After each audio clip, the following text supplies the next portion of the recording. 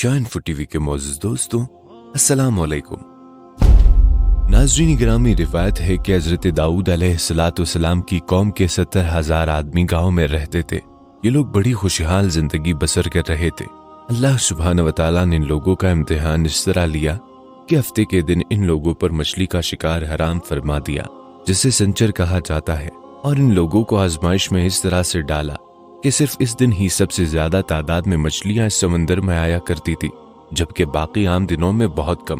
لہٰذا شیطان نے جب یہ معاملہ دیکھا تو ان لوگوں کے پاس ایک انسان کی شکل میں آیا اور ان لوگوں کو بتایا کہ سمندر سے کچھ نالیاں نکال کر خشکی میں اوز بنا لو، اور جب ہفتے کے دن یہ مچھلیاں اوز میں آ جائیں تو ان نالیوں کا منہ بند کر دو، اور اس دن شکار نہ کرو بلکہ دوسرے دن آسانی کے ساتھ ان مچھلیوں کو پکڑ لو۔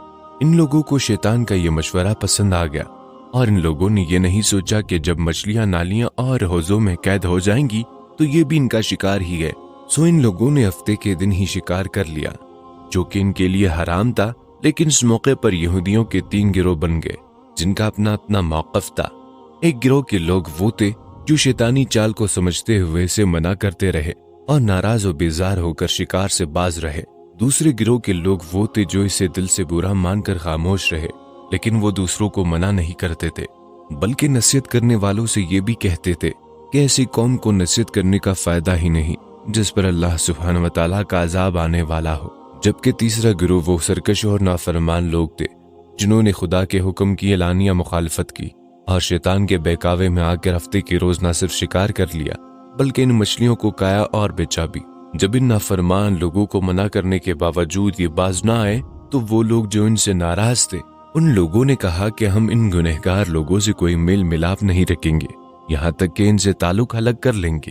چنانچہ ان لوگوں نے اس گاؤں کو 2 حصوں میں تقسیم کر کے ایک دیوار بنا لی اور آنے جانے کے لیے ایک الگ دروازہ بھی بنا لیا۔ حضرت داؤد علیہ السلام کو جب اس واقعے کی خبر ہوئی تو انہوں نے غضبناک ہو کر شکار کرنے والوں پر لعنت فرمائی اور انہیں بددعا دے دی، جس کا اثر یہ ہوا کہ ان خطا کاروں میں سے کوئی بھی شخص ایک دن اپنے گھر سے باہر نہ نکلا۔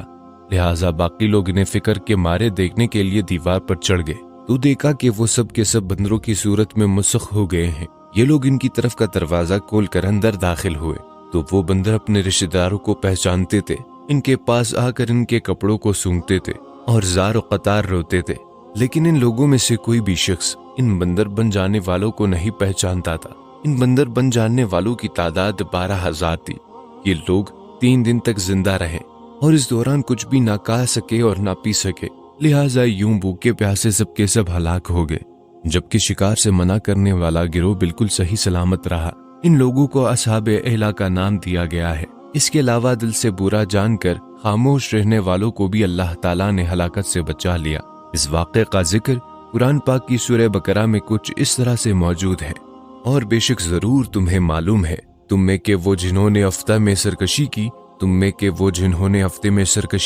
تو ہم نے اس سے فرمایا کہ ہو جاؤ بندر، دتکارے ہوئے، جبکہ اس واقعے کا وضاحت سے ذکر سورہ اعراف میں وضاحت سے موجود ہے۔ پیارے دوستو، اس واقعے سے معلوم ہوا کہ شیطان چالوں میں بڑھ کر اللہ تعالیٰ کے احکامات کی نافرمانیوں کا انجام کس قدر برا اور خطرناک ہو سکتا ہے، اور اللہ سبحانہ وتعالیٰ کے نبی جس بد نصیب پر لعنت یا بددعا فرما دے وہ کیسے ہولناک عذاب میں گرفتار ہو کر دنیا میں نصب و نابود ہو جاتے ہیں اور دونوں جہانوں میں ذلیل و خوار ہوتے ہیں۔